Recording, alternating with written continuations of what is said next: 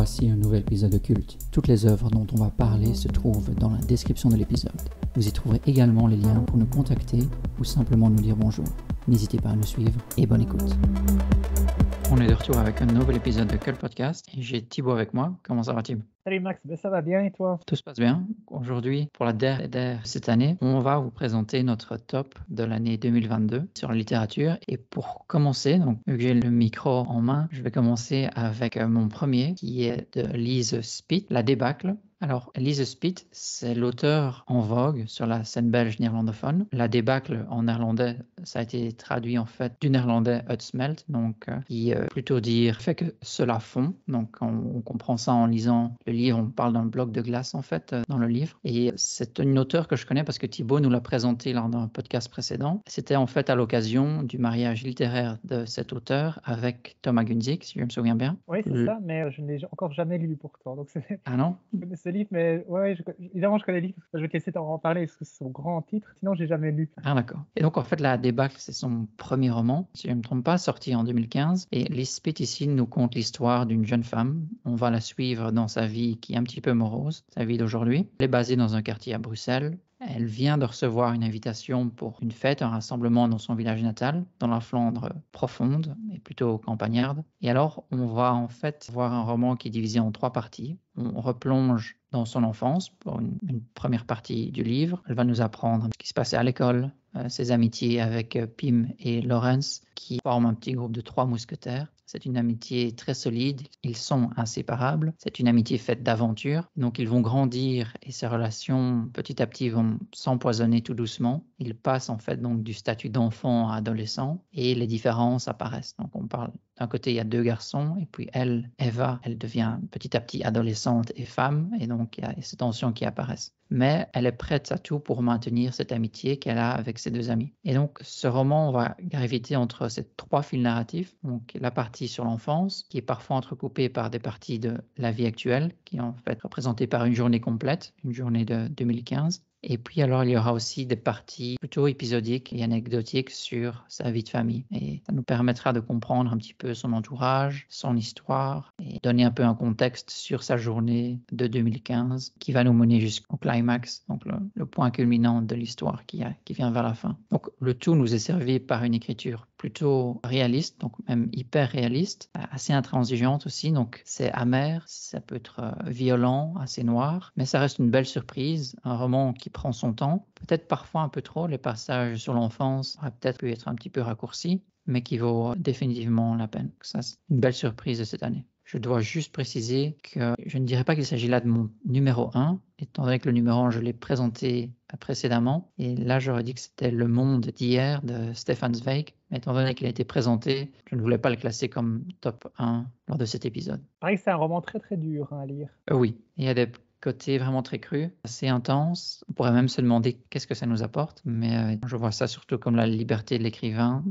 d'approcher ce récit tel quel. Du coup, peut-être dans la violence des écrits, on pourrait peut-être comparer à ce que Toni Morrison a fait dans Bluest Eye, le livre dont on parlait au podcast précédent. Il y a des scènes au niveau de l'intensité qui se ressemblent. Alors pour le numéro 2, ici, j'aimerais vous présenter La Nuit de Elie Wiesel. Donc, Elie Wiesel ici partage son témoignage, ses souvenirs de jeunesse et du temps passé. C'est en fait un témoignage qu'il nous partage de son temps passé aux alentours de l'année 42, 43, 44 dans les camps de concentration d'Auschwitz et de Buchenwald. C'est un événement qui prend place en fait vers la fin de la guerre parce que l'Allemagne va envahir la Hongrie en mars 44. L'histoire démarre un tout petit peu avant, donc aux alentours de 42, 43, tandis que les Alliés au même moment se préparent à libérer le reste de l'Europe, plutôt l'Europe de l'Ouest. Et la famille Wiesel ici n'y croit pas, elle ne se voit pas en danger. Personne en fait dans la communauté, dans leur petit village qui se trouve au nord de la Roumanie, n'y croit. Ils ne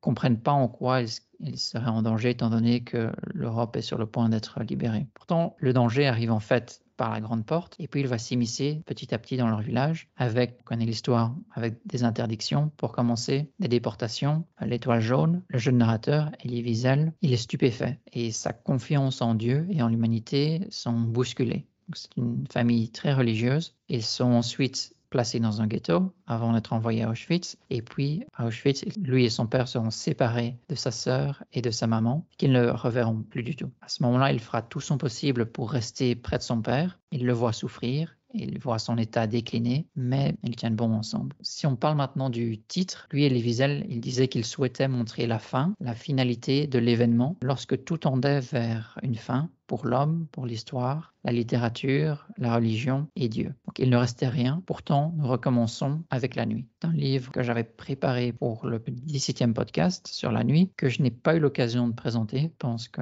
peut-être qu'on a manqué de temps, ou peut-être que j'ai oublié. C'est un livre qui est sorti il y a quand même pas mal d'années. Je ne vais pas le présenter comme étant une surprise, et qu'il était déjà disponible, mais c'est une belle découverte pour ma part, un beau témoignage, aussi un livre clé donc, sur la Shoah, comme sont les livres d'Anne Frank, le journal.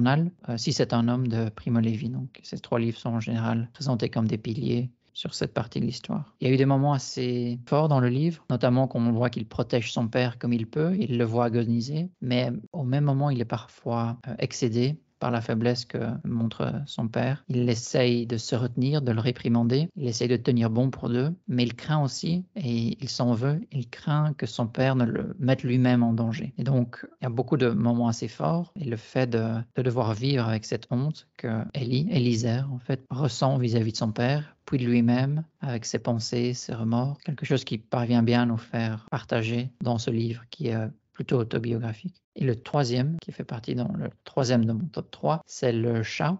Et ici, le chat, en fait, d'Iran, il faut le comprendre dans ce sens-là, de Richard Kapuscinski.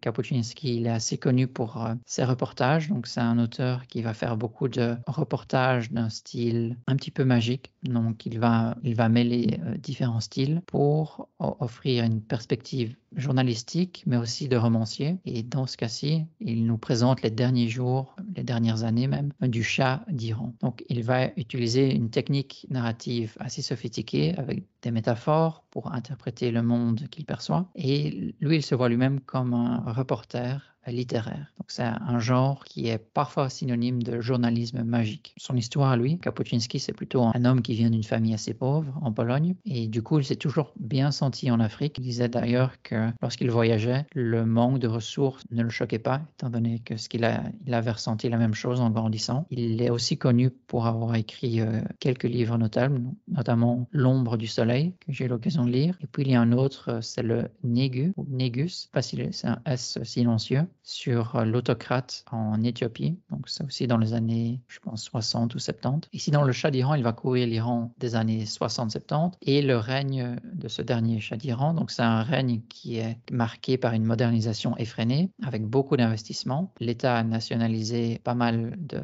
puits de pétrole, donc c'est un argent qui est illimité. Des investissements qui sont faits dans l'armée, dans les infrastructures, dans la croissance pour aider la classe moyenne à croître et à bien se développer. Et il va aussi apporter certains progrès aux droits des femmes, notamment droit de vote pour le référendum, le droit de divorce, mais il y aura aussi une répression assez sévère avec la police secrète, la SAVAK, qui, comme beaucoup de polices secrètes à travers les dictatures, fera beaucoup de dégâts dans la population. Le livre en lui-même, il est divisé en 2 parties. Disons que le début et la fin sont plutôt des commentaires sur la situation en Iran. Et puis le milieu du livre, c'est une juxtaposition de photos, de cassettes audio, de notes qui sont décrites et commentées par l'auteur. Comme je disais, c'est mon deuxième de Kapuscinski. Je trouve qu'il offre un style très particulier et efficace. Des livres qui ne sont pas trop épais, plutôt 200, 250 pages. On lui reproche peut-être quelques approximations ou le fait de fabriquer quelques faits, quelques éléments, ou même d'être omniscient. Mais je trouve que ça n'enlève rien à la qualité du récit. Au fait, je vois ça comme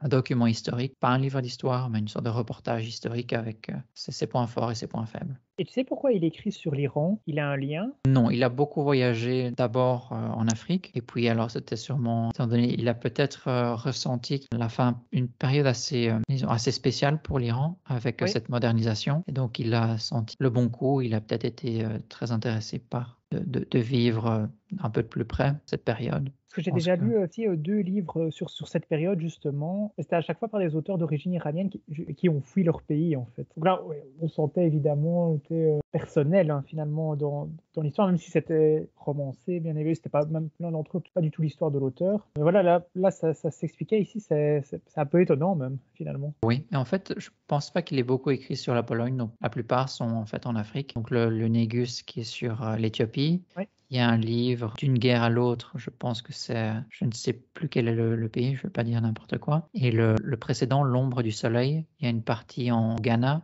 et d'autres pays d'Afrique. Donc, c'était un petit peu post-colonial. Il sentait qu'il y avait une histoire à raconter là-dessus. Donc, si je devais en lire d'autres, je pense le prochain, ce serait sûrement Voyage d'Hérodotus, Hérodotus qui l'a fort influencé dans son style et son approche, qui est un auteur de l'Antiquité. Et puis le Négus et D'une guerre à l'autre. Et ça conclut mon top 3 pour l'instant. Très bien, très bien. Bien, donc à mon tour, alors, pour moi, le roman de l'année, c'est quelque chose qui est déjà sorti en 2014, donc il y a quelques années, mais qui est quand même assez connu. Ça s'appelle Réparer les vivants de Maëlys de Kerangal. Alors, assez connu parce qu'en fait, le roman a déjà eu beaucoup de prix. Il est souvent aussi, je pense, donné à des étudiants et ça fonctionne assez bien. Et pourtant, en fait, on a quelque chose de très simple, puisque c'est l'histoire, on pourrait résumer ça comme étant l'histoire d'un cœur. Et l'histoire d'un cœur en 24 heures. Pourquoi? Parce qu'en fait, qu'est-ce qu'on a ici? C'est un jeune qui s'appelle Simon qui a 19 ans et alors il va faire en fait une séance matinale avec ses amis de surf et sur le chemin du retour à 5h50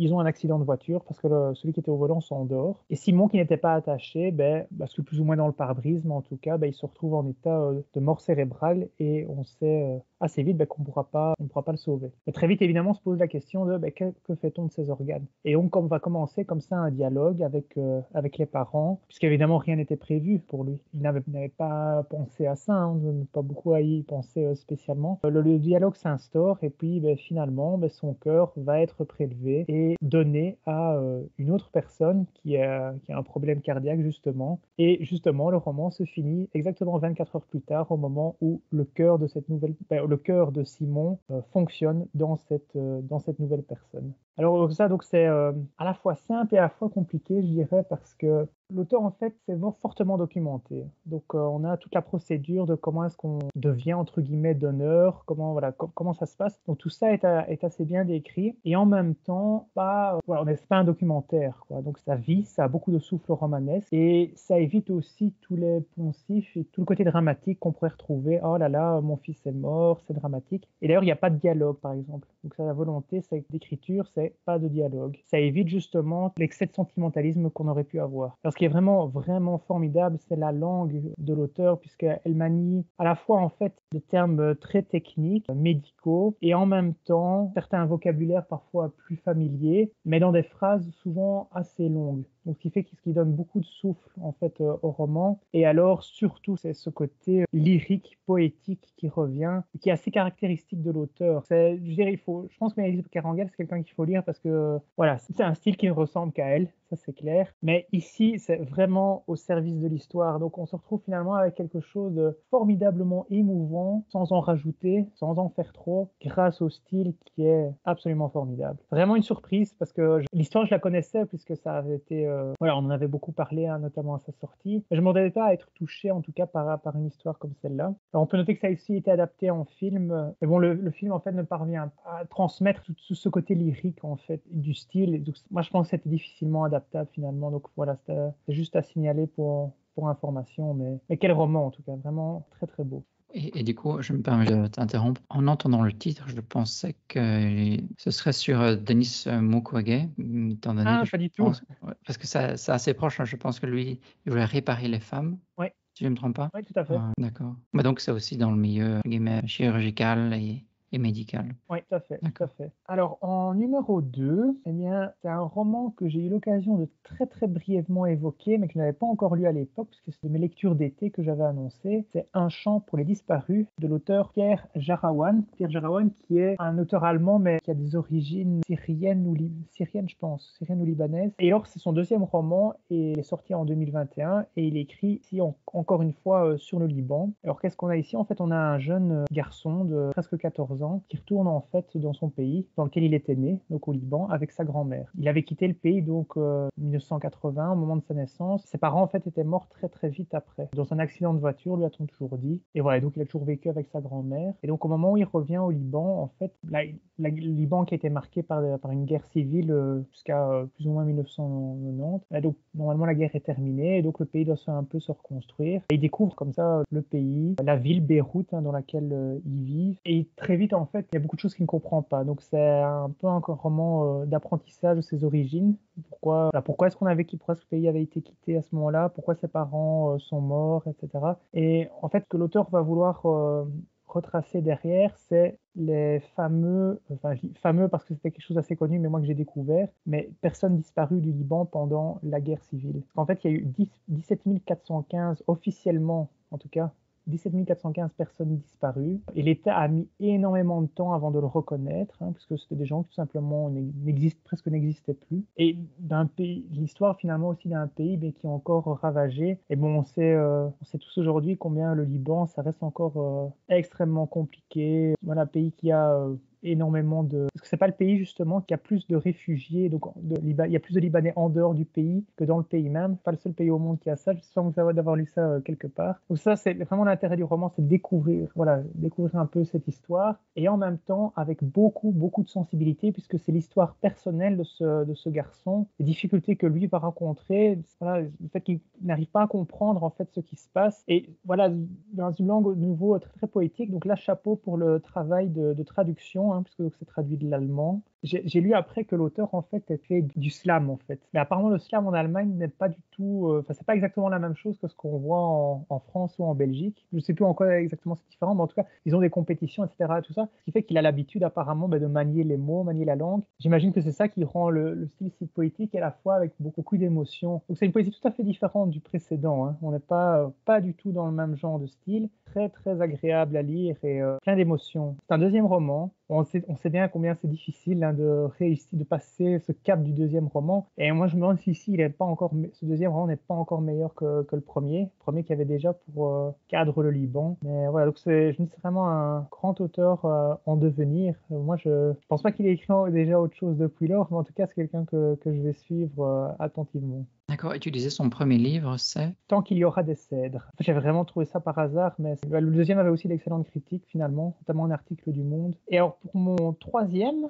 meilleur roman de l'année, là je l'avais aussi pointé comme lecture d'été. Donc j'étais très inspiré avant de partir en vacances. Et il s'agit de L'été sans retour, de l'auteur Giuseppe Santoliquido, qui est belge d'origine italienne. Donc ça c'est sorti en 2021. Et là, en fait, qu'est-ce qu'on a? En fait, l'auteur s'est emparé d'un fait divers dans les années 90 en Italie. C'est en fait une jeune fille dans la Basilicate, donc plutôt au centre, voire sud de l'Italie, pas proche de la mer, c'est ça que je veux dire. On a donc comme ça une jeune fille qui disparaît. Alors on est dans un tout petit village, tout le monde se connaît, pas de rançon qui est demandée, mais en fait, ce qui va se passer, c'est que très vite, l'affaire va être médiatisée. Et donc, c'est en fait, les années Berlusconi, vraiment l'ascension de Berlusconi, où à la télé en Italie, on médiatise tout, et tout avec excès. Donc, les télés, les journalistes vont débarquer, la famille va un peu se servir de ça aussi. Et c'est toute l'Italie, finalement, qui va suivre presque en direct ce drame.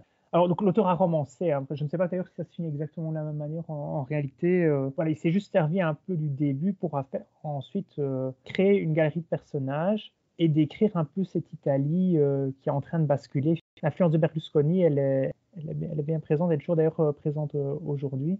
Alors, ce qui est formidable ici, c'est vraiment la construction des personnages, puisqu'on a des personnages finalement très humains, mais certains avec beaucoup de défauts, certes, mais en tout cas extrêmement bien construits. On n'a pas de manichéisme. On voit aussi qu'en fait, ces villages, en fait, comme ça, perdus, se meurent véritablement. En fait, ce sont des gens qui ont très peu de contact avec l'extérieur, se replient sur eux-mêmes, et on voit que ça ne crée pas spécialement, en fait, de comportements très, très louables, pas toujours très acceptables, qui en fait, c'est des gens parfois qui n'acceptent pas certaines différences, et ça vient vraiment du repli sur soi, et alors aussi, les terres qui ont tendance à être de plus en plus désertes. Beaucoup de jeunes qui partent en fait, puisqu'ils se rendent compte qu'il n'y a pas de travail sur place et donc beaucoup d'oisiveté. Et tout ça n'est pas très très bon non plus pour le climat, pour l'ambiance du village. Vraiment, vraiment formidable. Alors l'auteur en fait au départ, Sylvestre Antolecchio, il passe parfois à la radio parce que c'est un politologue spécialisé dans l'Italie. Et ici c'est déjà son 4e roman, mais c'est le premier publié chez Gallimard. Donc voilà, il a entre guillemets monté en grade.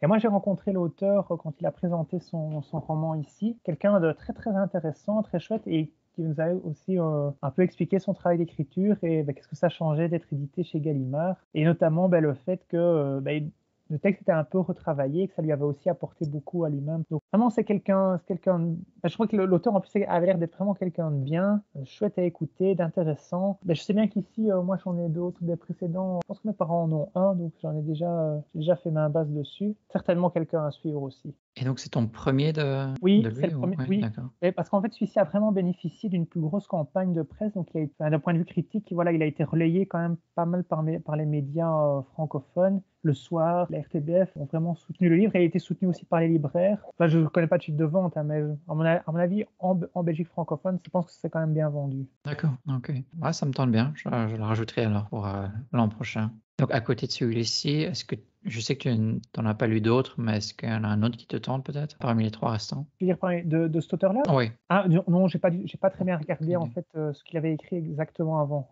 J'ai juste vu en fait qu'il y en avait un qui vient d'être réédité justement. En fait, il était chez des tout petits éditeurs belges, tu vois, donc un notamment qui était voilà, il n'était plus disponible, là qui vient d'être réédité. Un autre qui a été réédité, il me semble, par Espace Nord, donc la collection de promotion des lettres belges belges, on va dire. Je ne sais pas de quoi les autres parlent, pas du tout. D'accord. Et alors, pour changer un peu de style, dans mon numéro 4 de l'année, c'est Le Crocodile de Dostoïevski. Ça a été publié en 1865. Et ça, c'est un livre assez spécial. Donc, l'histoire raconte les événements qui surviennent à un certain Ivan Matveitch lorsque lui et sa femme, il faut chaque fois dire les noms complets dans la littérature russe, donc Elena Ivanovna et le narrateur, donc tous les 3 vont visiter la grande avenue Nevsky pour aller voir un crocodile qui a été exposé par un entrepreneur allemand. Après les premiers moments un petit peu de stupeur face à cette bête, ils vont commencer un peu à le taquiner, et ce fameux Ivan Matveitch va être avalé vivant par ce crocodile. Il se retrouve donc à l'intérieur de cette bête et il va trouver cet endroit assez confortable, tandis que le propriétaire de l'animal va refuser qu'on ouvre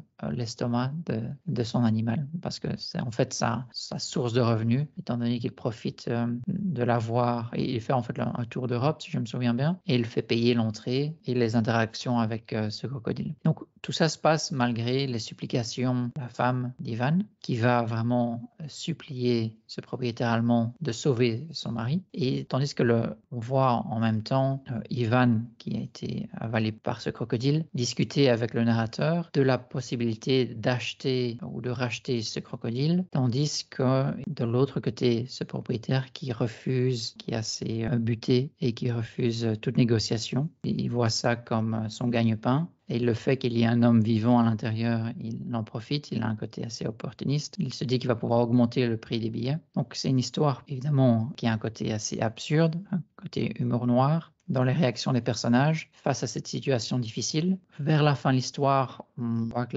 Elena Ivanovna va par exemple envisager le divorce, tandis que Ivan, qui réside dans l'estomac du crocodile, se dit qu'il pourra continuer à poursuivre son travail de fonctionnaire du mieux qu'il peut depuis l'intérieur du crocodile. En fait, on voit dans cette histoire que Dostoïevski va se moquer de certaines normes. Par exemple, il va discuter de la tentation qu'a cette femme de demander le divorce. Il va aborder quelques thèmes sur le matérialisme, sur la valeur de l'argent avec le propriétaire qui est près de ses sous, qui ne veut pas vendre son gagne-pain, qui directement voit une opportunité pour faire un peu plus d'argent. C'est une œuvre qui dénote avec ce que Dostoïevski écrit de manière générale, mais qui est plutôt divertissant. Donc, ça reste un livre assez court. Un livre dont je n'avais pas encore parlé cette année. Je voulais essayer de me concentrer sur de nouveaux titres qui permettent un peu d'élargir ses horizons si on parle de Dostoïevski. C'est au-delà des frères Karamazov ou de L'Idiot ou encore de Crime et Châtiment qui sont plus connus. Disons que c'était une lecture assez curieuse et différente de l'habitude. Moi, je n'en avais jamais entendu parler en tout cas. Non, d'ailleurs, par exemple, enfin, je ne dirais pas que c'est une marque de popularité, mais le livre n'a pas sa page en français sur Wikipédia. Donc, c'est une œuvre,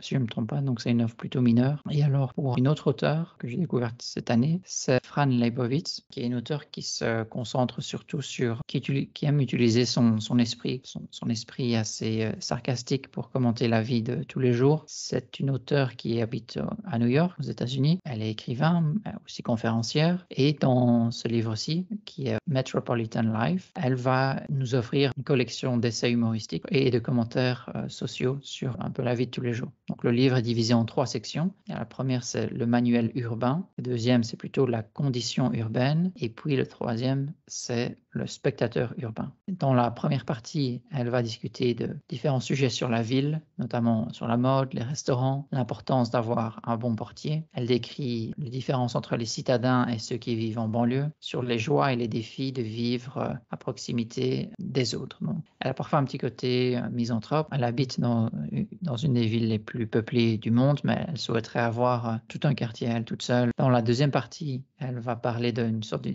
dynamique culturelle et sociale de la vie urbaine, avec notamment le rôle de l'argent, l'importance du statut et la manière dont les gens vont naviguer entre ces deux pans de la vie en société dans une ville qui est surpeuplée, qui n'arrête jamais de bouger. Elle va écrire aussi sur les joies, les frustrations d'être un piéton en ville et sur les défis pour essayer de trouver un certain calme et une intimité dans un milieu urbain. Puis la dernière partie sur le spectateur urbain, elle se pose là comme observatrice de la ville. Elle va discuter de la manière dont les gens observent et sont observés dans les environnements urbains. Donc, elle va écrire sur le rôle de l'écrivain dans la ville, l'importance d'être un étranger pour vraiment comprendre une ville. De manière générale, c'est un livre plutôt humoristique sur la vie en ville, écrit avec un certain esprit, une sagesse qui lui est propre.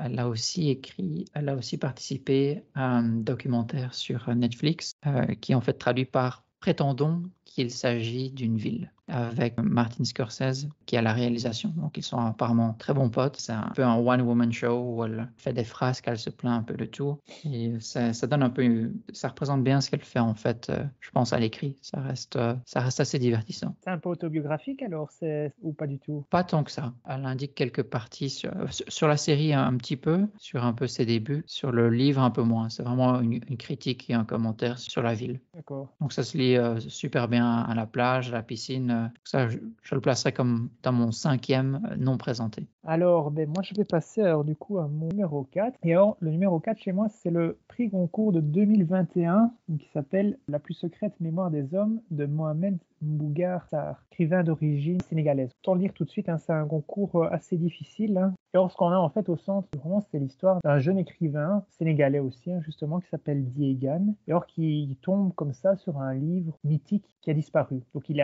vit à Paris, et ce livre, voilà, s'appelle Le labyrinthe de l'inhumain. Il est apparu en 1938. Alors l'auteur, il a disparu, on ne sait pas trop comment il a terminé. Et alors, donc il va se mettre sur les traces de cet écrivain mystérieux, et donc notamment aussi aller retourner au Sénégal. Et alors, c'est l'occasion en fait pour l'écrivain Mohamed Mbougar Sarr, donc l'auteur du livre, de parler de littérature, du pouvoir de la littérature, colonialisme aussi, et un peu des relations comme ça entre l'Afrique et le monde occidental. C'est pas évident à lire, quand même beaucoup de réflexion, mais ce qui est chouette, c'est qu'on n'est pas dans quelque chose de pédant. Voilà, je trouve pas qu'il y ait une attitude de poseur de la part de l'auteur. Ça reste une quête, il y a un certain suspense malgré tout aussi. Ce qui est chouette aussi, c'est que c'est publié chez un petit éditeur qui s'appelle Philippe Ray. Donc on est loin des Gallimard, Grasset, Seuil qui trustent toujours le prix Goncourt. Mais c'est celui qui publie Joyce Carol Oates en France. Je trouvais ça bien aussi de mettre comme ça un peu en lumière un plus petit éditeur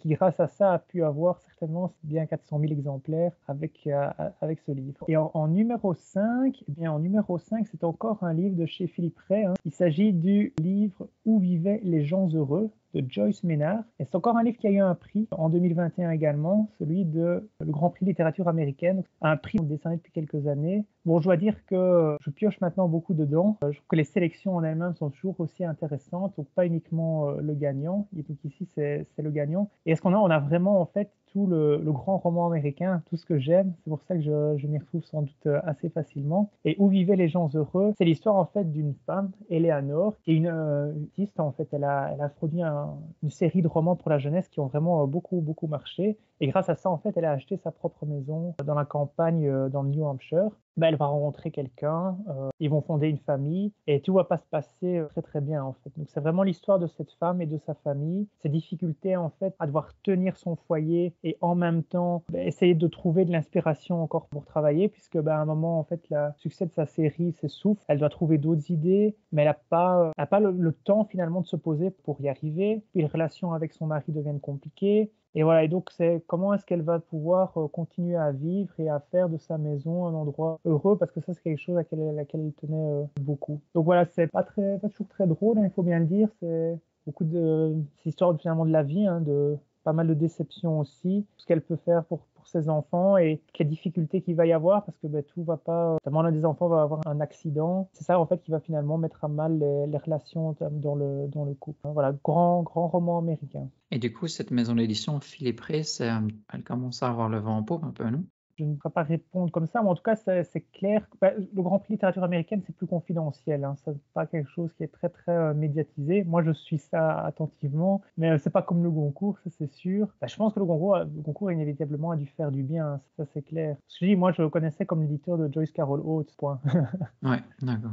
Ouais, parce que comme tu disais, 2 livres à la suite, cette maison d'édition qui ne me disait rien du tout. C'est particulier. Mais il faut quand même un certain flair. Enfin, je ne connais pas l'auteur précédent, Mohamed Mbougar Sarr. Ça, Il faut ouais. quand même un certain flair pour dénicher peut-être des pépites comme ça, non? Oui, et alors en fait, ce qui se passe, c'est que les prix littéraires, en fait, il faut vraiment pousser. Et donc ici, en fait, l'éditeur a vraiment poussé le livre vers les personnes qu'il fallait. Il a été très remarqué par la critique. Hein. Donc en fait, il était annoncé Goncourt, enfin, il était dans toutes les sélections quasiment cette année, donc l'an passé. Il a vraiment eu vraiment des critiques excellentes partout. Il est passé dans la grande librairie sur France 5, donc c'est une émission très prescriptrice en France. Et voilà, donc vraiment très très fort soutenu. Et j'avais même lu qu'en fait, il aurait même dû recevoir, je pense, le Grand Prix de l'Académie française. Seulement le problème, c'est qu'il est décerné avant le Goncourt. Seulement, si on avait donné ça, ça le mettait presque hors jeu pour la suite, parce que ça arrive qu'un roman ait les deux prix. Et voilà, il y avait moins ses chances, donc je pense que du coup, que l'éditeur avait essayé de faire le maximum pour qu'il n'ait pas le prix,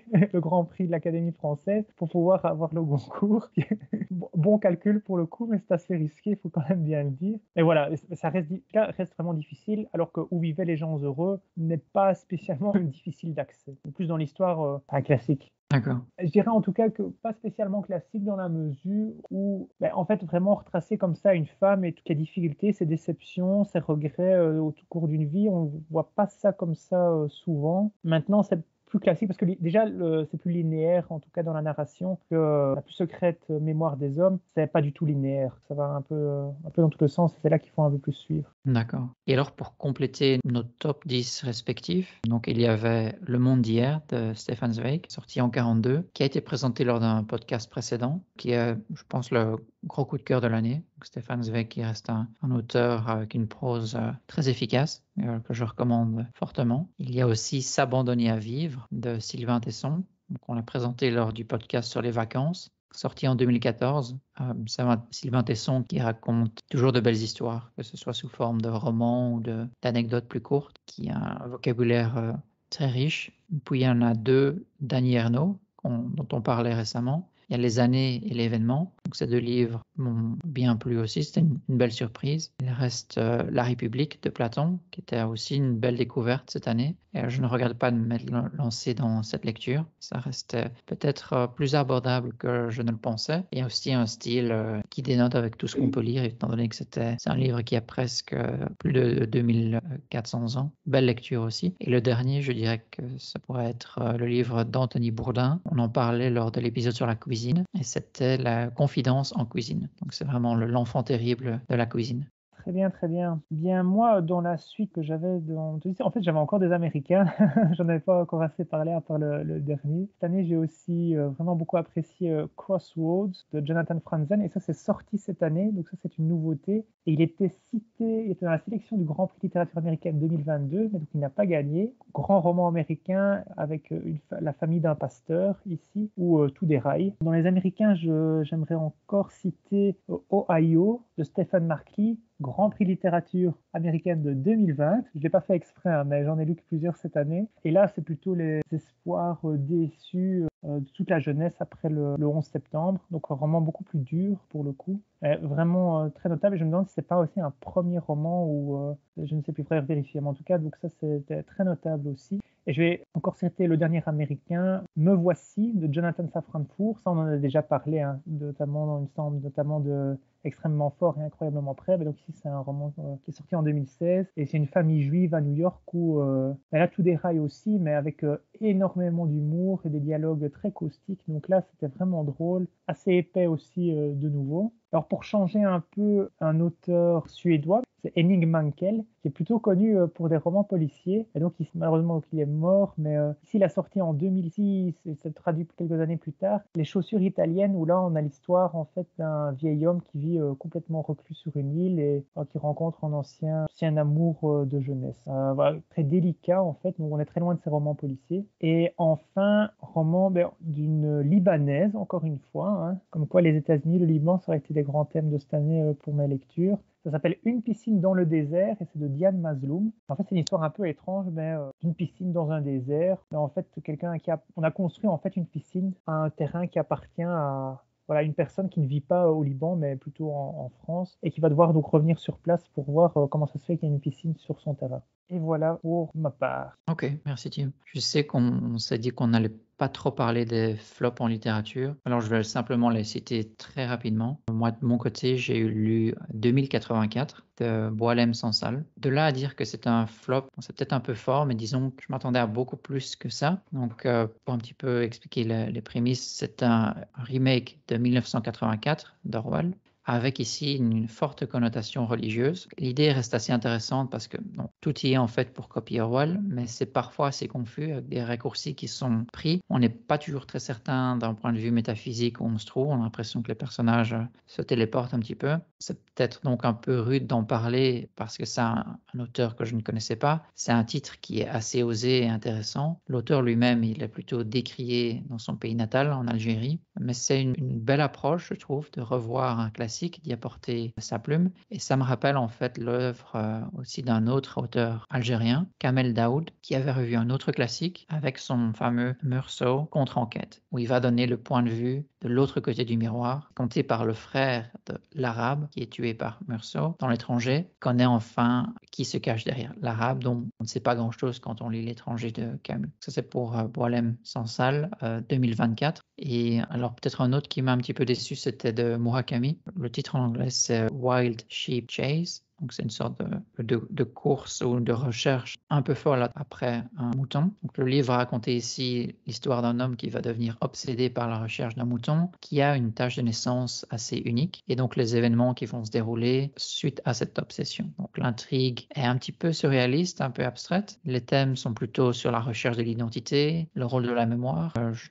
trouve que même s'il y a un certain réalisme magique, c'est moins réussi ou un peu plus confus qu'à l'habitude. Donc, moi, je dirais qu'à ce livre-là, on pourrait lui préférer le fameux 1900 Q4 ou Kafka sur le rivage ou encore La Ballade de l'impossible du même auteur. Ça complète ma liste de flops, si on peut dire. Moi, je préférerais de ne pas en lire. Voilà, j'ai eu des choses très très bien cette année où je garde le positif. Bel état d'esprit, c'est bien de montrer l'exemple. J'essaierai de faire mieux pour l'an prochain. Et voilà, et donc je pense que ça termine le dernier podcast de cette année. Merci Tim, on se parle bientôt. Oui, à bientôt. À la prochaine, salut. Et voilà qui termine un nouvel épisode de Curls. À la prochaine.